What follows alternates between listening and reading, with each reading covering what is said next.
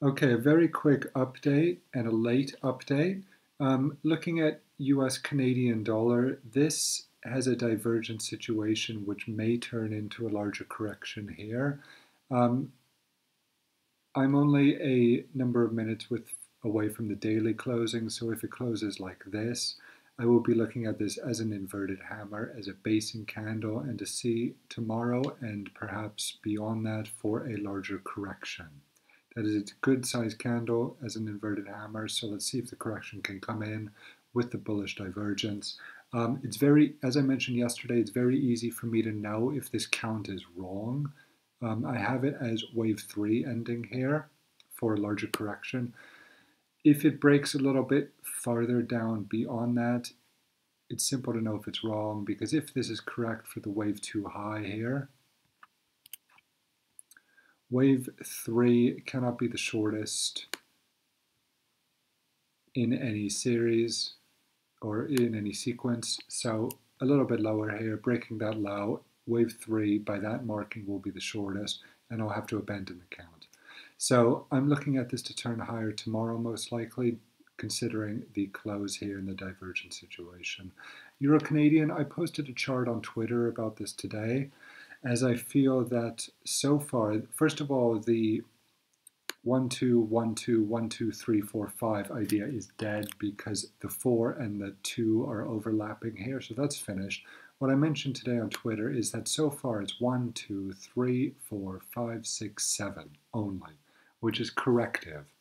7 swings is corrective, so if you want to view it bearishly, which may be better in this pair as it's just on the daily hanging around here, kind of at support level in a sense, as price is known to revert to previous red hanging candles or obliterated shooting stars. But in any case, to look at this bearishly on the 4 hour, this segment here would need to be taken as a kind of leading diagonal for wave 1 of 3, and we have a correction here and a sell opportunity further beyond that. There's a small trace of divergence here, but we'll have to see if it kicks in overall. But in any case, overall, I'm still looking for this to gap fill. Pound Canadian, I put a count on this from what I wrote in last night. I'm looking for a low to be near. I cannot say if it's come in yet. Aussie Canadian, correction only. Any retracement will be a sell, I think. New Zealand Canadian, also a correction only. US Canadian, correction too, but if this is wave 4, I'm looking for it to move up a bit higher, a few hundred points possibly. Okay, other pairs. It's been a slow day and maybe a slow week because of the 4th of July. Some reversals in the dollar pairs, not much to add there. Reversal in Aussie US dollar from the sell-off today was quite good, and an expected reversal because on the weekly we're looking at the 8 EMA as support here. I'm looking at this as corrective, essentially. And my preferred idea on this anyway is a move higher. Question is if we can see a larger 3-wave move and then the move higher.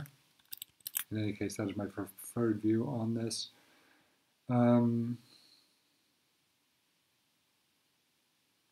Well, disregarding the trend line, I'm still looking at cable to move higher. I would rather see this high broken. And not much to say here either, frankly.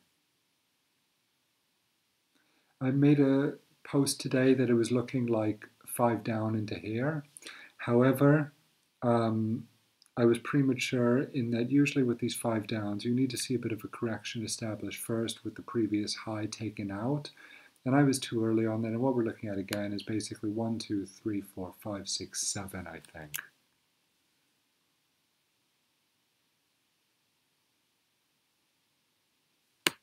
Just a second.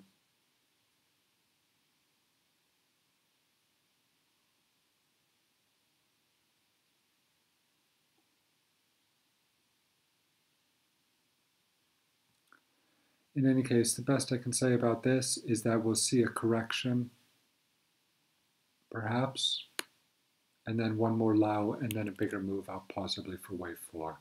I'll have to come back to this. That was not a good look on this.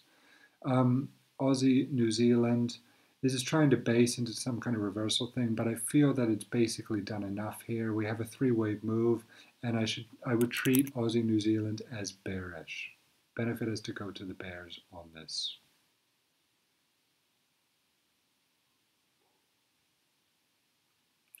And for the time being, still looking higher in Euro New Zealand and Euro Australian dollar. No change, essentially. It's a slow day. All right, I'll leave it there. Slow day. Still, Canadian pairs are the most interesting. Okay, bye-bye.